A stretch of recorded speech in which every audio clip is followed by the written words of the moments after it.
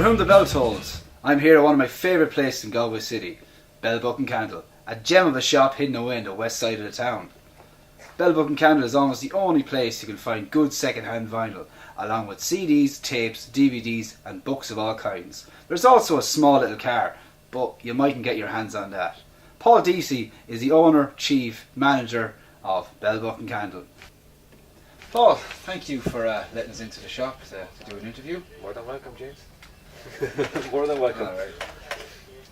Okay, let's kick it off. Can you just give us a brief history of the shop here?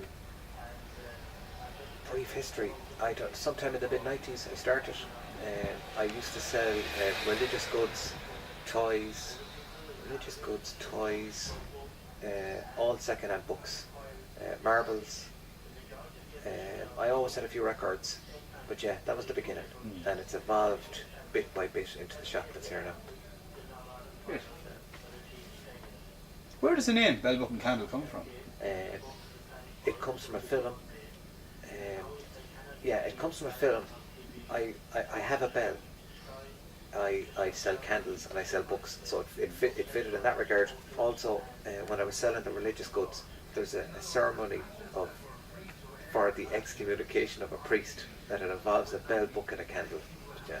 I think a candle gets blown out. Yeah. So it's got a bit of kind of depth as well. Yeah. Strange depth. Interesting. You've mentioned the type of items that you've sold. Anything else you haven't mentioned you sell in the shop? I suppose I've sold instruments.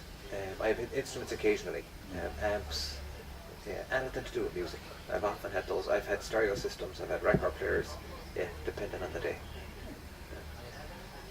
What's the most ridiculous thing someone tried to flog to you? I suppose outside of furniture, outside of rubbish. I've had a guy try to sell me a van. Yeah. He told me I needed a van. That'd be it, but that's about as daft as it gets. In a second-hand business, do you find much competition from around the town?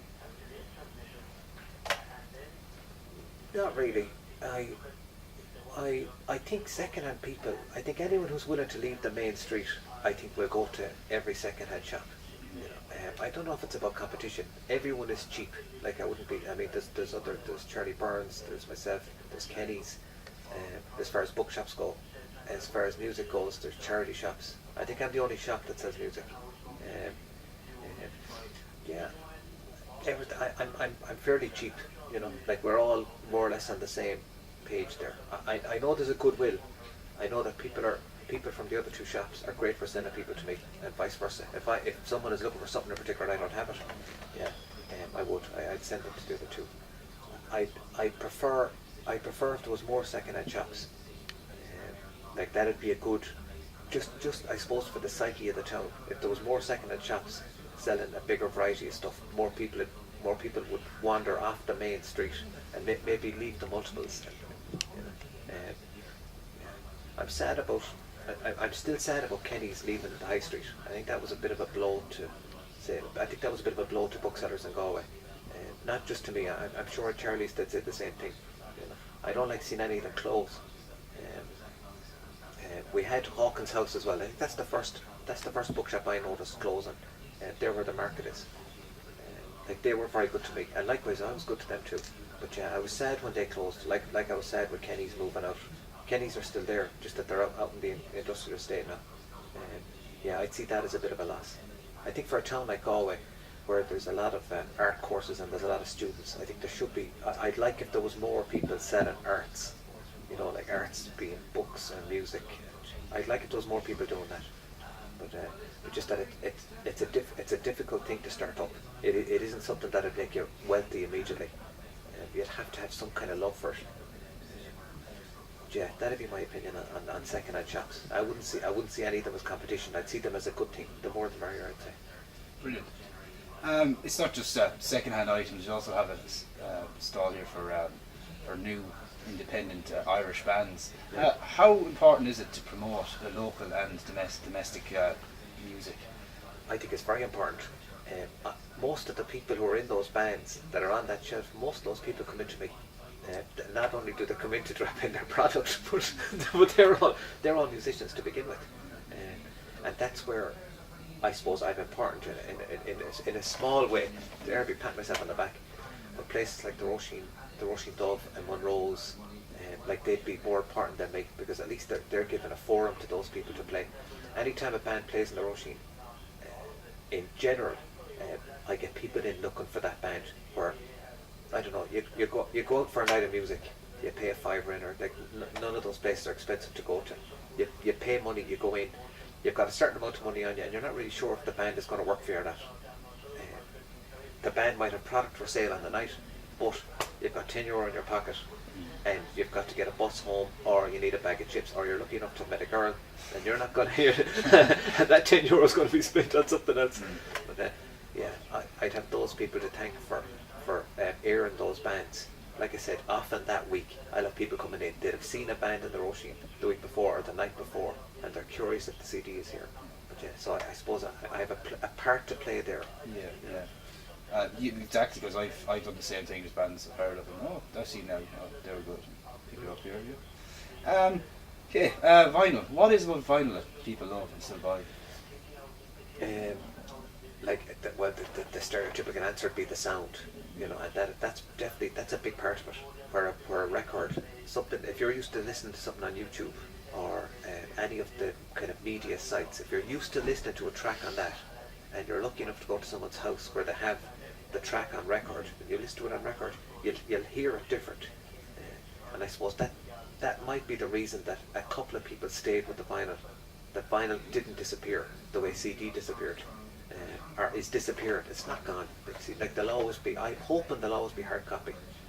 That'd be the first thing. The second thing, I'm worried that it's a fashion thing, that it's that it might be transient enough, that it's the flavour of the month this month, or it's the flavour of the month this year, and that people will wake up and go, oh, why am I spending €20 on something when I can get the gist of it on YouTube for free? I'm worried about that, and I suppose that's where it's in the hands of the record companies now. I feel they've been thrown a hoop, that they've been sinking. They've been thrown a hoop, that and the ball's at their court now. If they keep releasing €25 and €30 albums, I can't see it lasting. But when I was a teenager, outside of going to Freebird in Dublin, or even there was a shop in Cork, Vibes and Scribes. Yeah, outside of going to those places, we had golden discs. And we had Javagos as well. Javagos wasn't good for the bargain bin, but golden discs had a table in the centre of the shop of nice price vinyl, £6.99.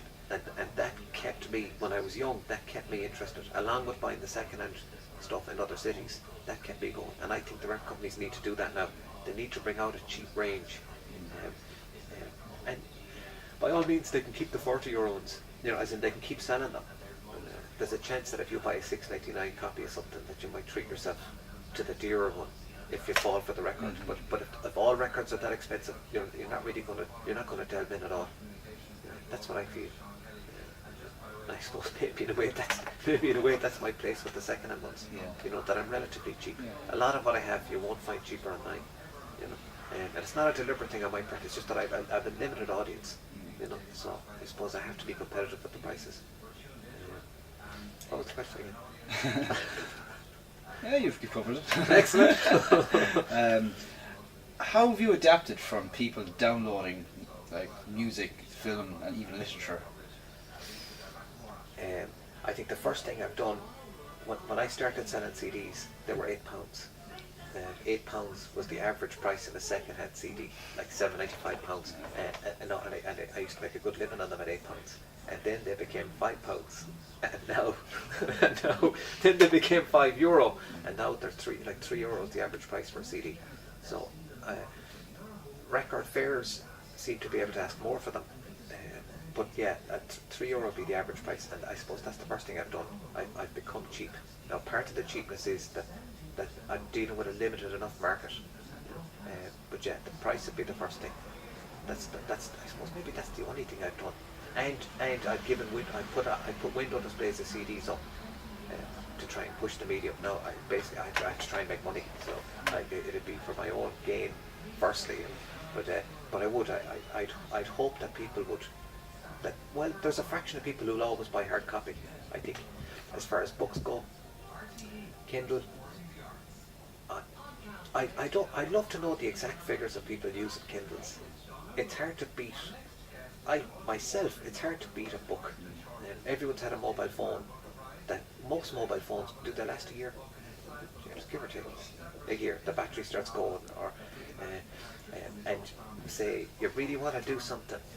You want to look up something on the phone, and the phone, all of a sudden you need a new phone. And what stopped me buying a Kindle is I'm just not ready to be downloading updates for the damn thing, or dealing with something that only lasts a year.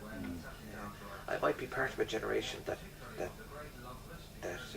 valued things that they bought and sees and hates dumping. I hate dumping things. I hate passing things along when it should still be functional. That's my view of the Kindle. I know they are functional and they're great, but I haven't bought one, and it's not through any huge loyalty. I just feel the book is a better medium at the moment. Myself. Thanks. The shop was transformed to a film set not so long ago. Can you tell us that whole experience? I was lucky there. Kent Bruin, who was a Galway writer, he's Jack Taylor. He's Jack Taylor movies. I don't know how they started being made. And I can't remember the name of the film company. But that snowball started, and they started looking for locations. I had it must be the film company. Those people came in, walked around the shop, and thought the shop looked like the perfect venue for a scene in one of the films. But yeah, it began with that. I don't know. I'm hoping. Ken comes in. I'm hoping that Ken, at the back of his mind, thought the shop was perfect for it as well. I'm not sure, but Ken would be a good supporter of second-hand shops anyway. You know? But he'd be a good supporter of Galway, full stop. But yeah, that's how it started. They came in. They thought the shop looked great. They said at the beginning that they weren't sure, you know. So yeah, I wasn't expecting it. Very exciting. Yeah, very exciting. I've gone to locations from films that I like, and I felt something in the location. I've gone to the trouble of going to film sets, or I suppose locations in towns and all that were on film, particularly films when I was, I suppose, my formative years, films that meant a lot to me. But yeah, so I am honoured that my shop is one of those sets now.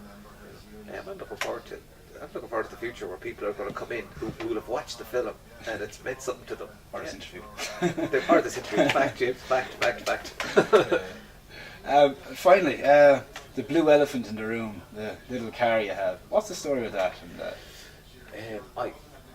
The car was. There was a time maybe when I was almost a businessman. I was almost the perfect businessman. And things like promotion and I suppose being different were important. Now that's all gone out of me now. My risk-taking gene is gone. But I've been too scalded by things just going wrong. But yeah, the car was supposed to be an advertising.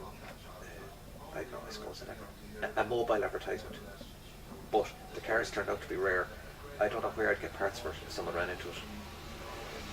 But yeah, so it's gone from being a mobile advertising unit to being a stationary one. Yeah, and the car's been good. Anything that I like, things that make a shop different.